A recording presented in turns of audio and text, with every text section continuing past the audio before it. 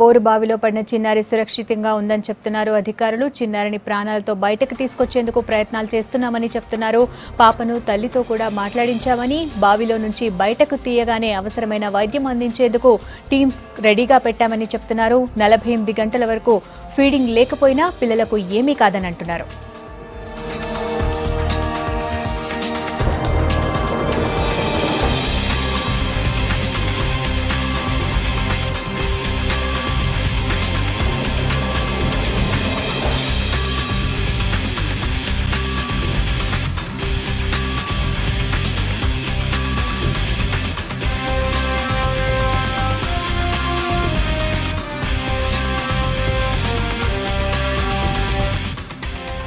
Bore బావిలో పడిన చిన్నారి సురక్షితంగా ఉందని చెప్తున్నారు అధికారులు. చిన్నారిని ప్రాణాలతో బయటకు తీసుకొచ్చేందుకు ప్రయత్నాలు చేస్తున్నామని చెప్తున్నారు. పాపను తల్లితో కూడా మాట్లాడించామని, బావిలో నుంచి బయటకు తీయగానే అవసరమైన వైద్యం అందించేందుకు టీమ్స్ ను రెడీగా పెట్టామని చెప్తున్నారు. 48 గంటల వరకు ఫీడింగ్ లేకపోయినా పిల్లలకు ఏమీ కాదని అంటున్నారు. 22 గంటలుగా సాగుతున్న రెస్క్యూ పనులకు సంబంధించిన పూర్తి వివరాలు శ్రీపతి లైవ్ లో చెప్పేందుకు రెడీగా ఉన్నారు. శ్రీపతి, ప్రస్తుతం అక్కడ సిట్యుయేషన్ ఎలా ఉంది? ఇంకెంతసేపట్ల పనులు పూర్తయితాయి?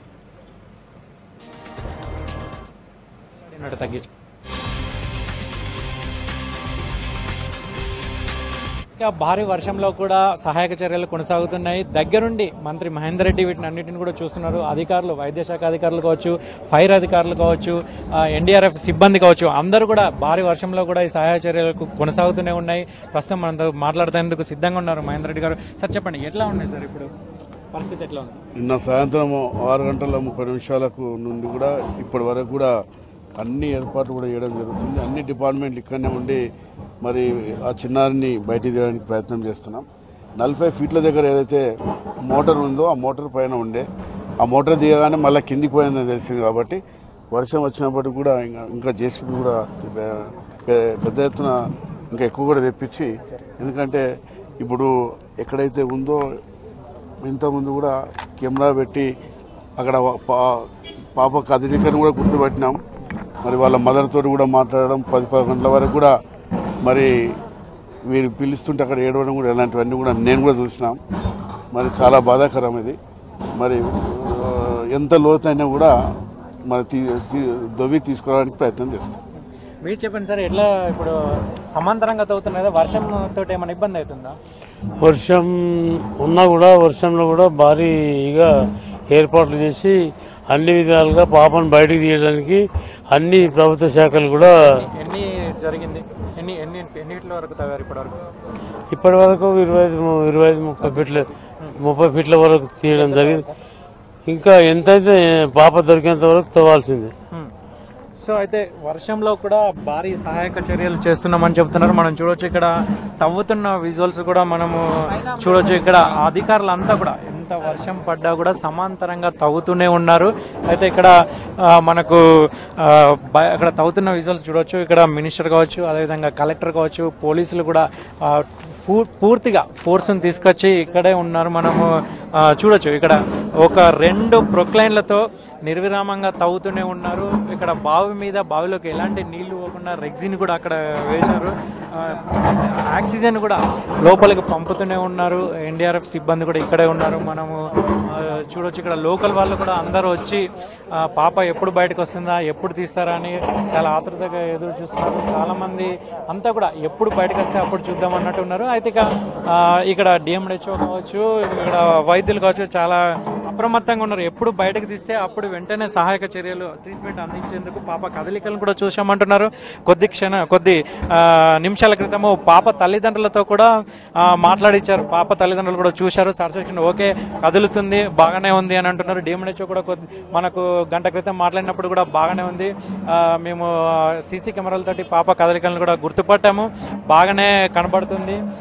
అయినా సరే వర్షం ఎంత వచ్చినా సరే సహాయ చర్యలు కొనసాగుతూనే ఉన్నాయని వీళ్ళు చెప్తున్నారు. ఇంకా లోకల్లో కూడా చాలా మంది వచ్చి చూస్తున్నారు. మనం చూడవచ్చు, ఇంత వర్షంలో కూడా పాప కుటుంబ సభ్యులే కాదు, గ్రామస్తులే కాదు, పక్కన ఇరుగు పొరుగున ఉన్నటువంటి విలేజర్స్ కూడా అందరూ వచ్చి కూడా ఏం జరుగుతుందని చాలా ఆతృతగా చూస్తున్నారు. పాపను ఎప్పుడు బయటకు తీస్తారని కూడా చాలామంది చూస్తున్నారు.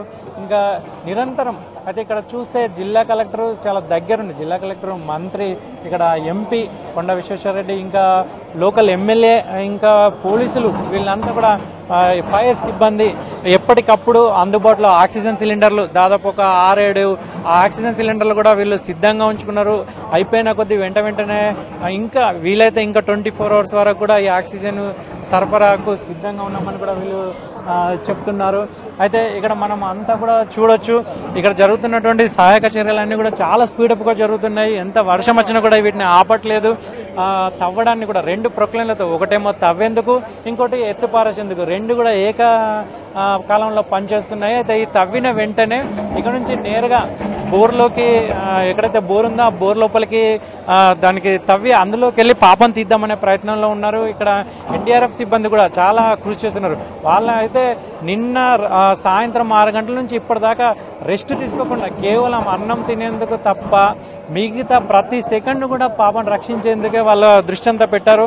మొత్తం కూడా ప్రతి సెకండ్ కూడా చాలా విలువైనదిగా వాళ్ళు చూస్తున్నారు. మనం చూడొచ్చు అక్కడ ఎన్డీఆర్ఎఫ్ సిబ్బంది అయితే చాలా సిబ్బంది అంతా ఒక టీం వర్క్గా కలిసికట్టుగా పనిచేస్తున్నారు. వాళ్ళందరికీ కూడా డిఎంఎడిచో సహకరిస్తున్నారు, ఫైర్ సిబ్బంది సహకరిస్తున్నారు, పోలీసులు సహకరిస్తున్నారు, గ్రామస్తులు కూడా ఇట్లా మీదకి రాకుండా కోఆపరేట్ చేస్తున్నారు. మనం చూడొచ్చు సహాయక చర్యలు అయితే చాలా స్పీడ్గా జరుగుతున్నాయి. తవ్వే విజువల్స్ మనం చూడొచ్చు. ఇప్పుడు దాదాపు ఒక 28 నుంచి 30 ఫీట్ల వరకు తవ్విరని చెప్తున్నారు. ఇంకా మొత్తం పాప మాత్రం 40 ఫీట్ల లోతులో ఉంది. ఇంకొక 10-12 ఫీట్లు తవ్వితే పాపను బయటకు తీసే అవకాశం ఉంది. అంటే ఇది తవ్వాలంటే కూడా ఇంకా ఎంత లేదన్నా కానీ గంటన్నర టైం పట్టే అవకాశాలు కూడా కనబడుతున్నాయి. అప్పటి వరకు లోపలికి ఆక్సిజన్ నిరంతరంగా పంపుతూనే ఉన్నారు. చూడొచ్చు విజువల్స్లో ఆ బోరులోకి వాటర్ పోకుండా రెగ్జిన్ కూడా వేశారు.